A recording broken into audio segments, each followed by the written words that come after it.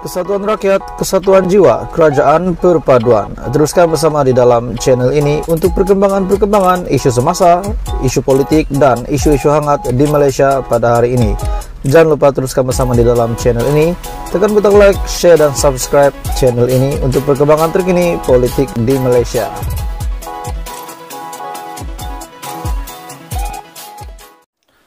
Salam sejahtera Malaysia, tuan-tuan dan puan-puan semua. Terima kasih sudah meluangkan sedikit masa untuk menonton isu hangat daripada channel ini.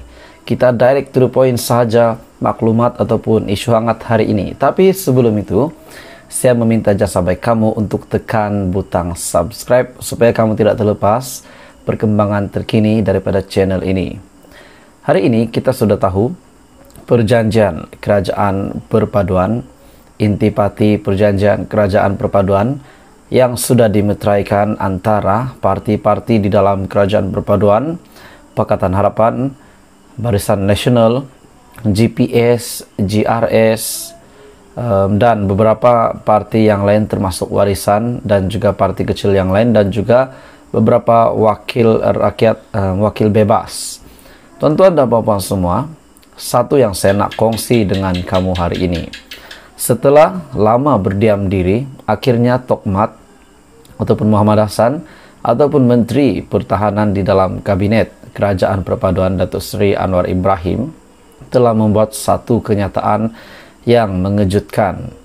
Daripada Astro Awani, satu tajuk berita yang saya nak ulas, yang saya nak kongsi dengan kamu, di mana berita hangat pada hari ini yang bertajuk Barisan Nasional Pakatan Harapan belum berbincang kerjasama hadapi 6 PRN, kata Tokmat. Jadi mereka belum berbincang berkenaan dengan kerjasama mereka untuk menghadapi 6 PRN lagi. Masih belum ada perbincangan untuk Barisan Nasional mengadakan kerjasama dengan Pakatan Harapan bagi menghadapi 6 PRN pada tahun hadapan, kata Timbalan Pengerusi Barisan Nasional Datuk Seri Muhammad Hassan. Muhammad yang juga Timbalan Presiden UMNO berkata, parti yang terlibat perlu berbincang terlebih dahulu sebelum membuat sebarang keputusan mengenai kerjasama. Biar parti berbincang antara parti, sebab belum berbincang apa-apa lagi, katanya kepada pemberita selepas menghadiri Hari Bertemu Pelanggan Pertubuhan Peladang Kawasan ataupun PPK di Rembau. 6 negeri yang akan terlibat dengan PRN pada tahun hadapan ialah yang pertama Selangor, Pulau Pinang, Negeri Sembilan, Kedah, Kelantan dan juga Terengganu. Baru-baru ini juga Setiausaha Agung Pakatan Harapan Datuk Seri Saifuddin Nasution Ismail dilaporkan berkata, Pakatan Harapan belum memuktamadkan keputusan sama ada akan bekerja sama dengan Barisan Nasional bagi menghadapi 6 lagi PRN akan datang ataupun sebaliknya. Kerana fokus sekarang adalah untuk memperkasa keserasian bersama BN dalam kerajaan perpaduan. Jadi belum ada kata putus di antara kedua-dua parti besar di dalam gabungan kerajaan perpaduan hari ini. BN dan PH belum lagi memutuskan sama ada mereka akan bekerja sama untuk bergabung di dalam 6 PRN akan datang, di mana yaitu PRN Selangor, Negeri Sembilan, Kedah, Kelantan, Pulau Pinang serta Terengganu, di mana ke-6 PRN ini akan diadakan pada tahun hadapan. Jadi tuan-tuan dan puan-puan semua, adakah relevan bagi mereka untuk tidak bekerja sama ataupun memberi peluang kepada BN ataupun PH di dalam PRN tersebut untuk menjadi satu saja calon, tidak perlu kedua-dua wakil ada bertanding di dalam PRN tersebut.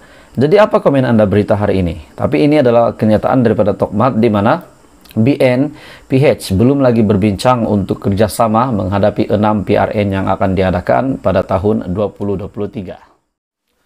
Hai semua, salam sejahtera Malaysia, tuan-tuan dan puan-puan semua. Satu berita hangat yang saya nak kongsikan kepada kamu. Pada 19 Disember ini, usul undi percaya. Ada yang yakin Perdana Menteri ke-10, Datuk Seri Anwar Ibrahim, akan mendapat majoriti 2/3. Pada masa yang sama ada yang kata Anwar Ibrahim telah menempah satu situasi yang getir. Ada juga yang kata Anwar Ibrahim boleh kalah 19 Desember ini berkaitan dengan keabsahan beliau menjadi Perdana Menteri. Tetapi kita kena fikir, Perdana Menteri sendiri yang ingin mengadakan usul undi percaya ini, dan kita dapat lihat beliau sangat yakin bahwa majoriti akan terkumpul pada 19 Desember.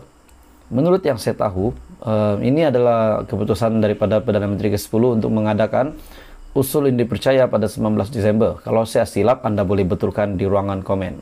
Tetapi yang saya ingat begitu. Sebelum saya teruskan, tolong tekan butang subscribe supaya kamu tidak terlepas perkembangan politik terkini daripada channel ini. Saya nak kongsi dengan kamu satu spekulasi. Saya rasa, tuan-tuan dan puan-puan, salah seorang yang mungkin yang akan tarik sokongan yang tidak akan mengundi Datuk Seri Anwar Ibrahim pada usul undi percaya pada 19 Desember minggu depan. Salah satu nama ini yang berada dalam kerajaan perpaduan hari ini. Saya percaya kamu pun sudah tahu bahwa Hishamuddin adalah salah seorang yang telah menandatangani akaun bersumpah SD kalau saya tak silap. Tapi yang saya yakin memang Hishamuddin Hussein adalah salah satu yang telah menandatangani menyokong Muhyiddin Yassin sebagai Perdana Menteri. Jadi apakah relevan untuk Hishamuddin Hussein untuk menyokong Datuk Seri Anwar Ibrahim pada 19 Desember ini? Jadi bagi saya, beliau tidak akan menyokong Datuk Seri Anwar Ibrahim pada 19 Desember ini di dalam usul undi percaya. Kenapa saya kata begitu? Sebab beliau adalah salah satu yang telah menyokong Muhyiddin Yassin pada PRU15 untuk menjadi Perdana Menteri. Tetapi dalam masa yang sama beliau adalah Barisan Nasional UMNO. Jadi, mana relevannya beliau menyokong Anwar Ibrahim pada 19 Desember ini? Tidak mungkin. Tetapi di dalam kerajaan perpaduan, tetapi BN adalah di dalam kerajaan perpaduan dan secara tidak langsung beliau juga di dalam kerajaan perpaduan.